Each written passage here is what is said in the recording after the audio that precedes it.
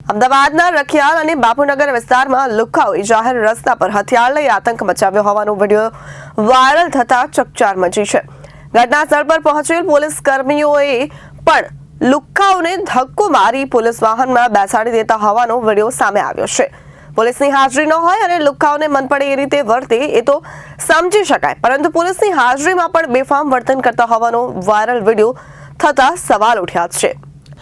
અમદાવાદના રખિયાલ અને બાપુનગર વિસ્તારમાં લુખ્ખા તત્વોએ જાહેર રસ્તા પર જ હથિયાર લઈ આતંક મચાવ્યો હોવાના વિડીયો વાયરલ થતા ચકચાર મચી છે।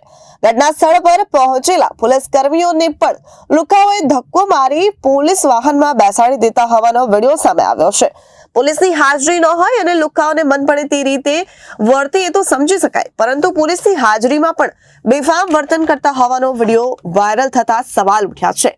આ મામલે પોલીસે 2 લોકોને ઝડપી પાડ્યા છે, જ્યારે આરોપીઓ સામે સમયસર યોગ્ય કાર્યવાહી ન કરી શકનાર 2 પોલીસ કર્મીઓને સસ્પેન્ડ કરી દેવામાં આવ્યા છે। આ મામલે બાપુનગર પોલીસે એક રખિયાલ પોલીસે ફરિયાદ નોંધી છે। રખિયાલ પોલીસ સમીર ઉર્ફે ચેકા મહેબૂબ મિયા શેખ નામના આરોપીની પણ ધરપકડ કરી છે, જ્યારે અન્ય ફરાર શખ્સોની શોધખોળ ચાલુ છે।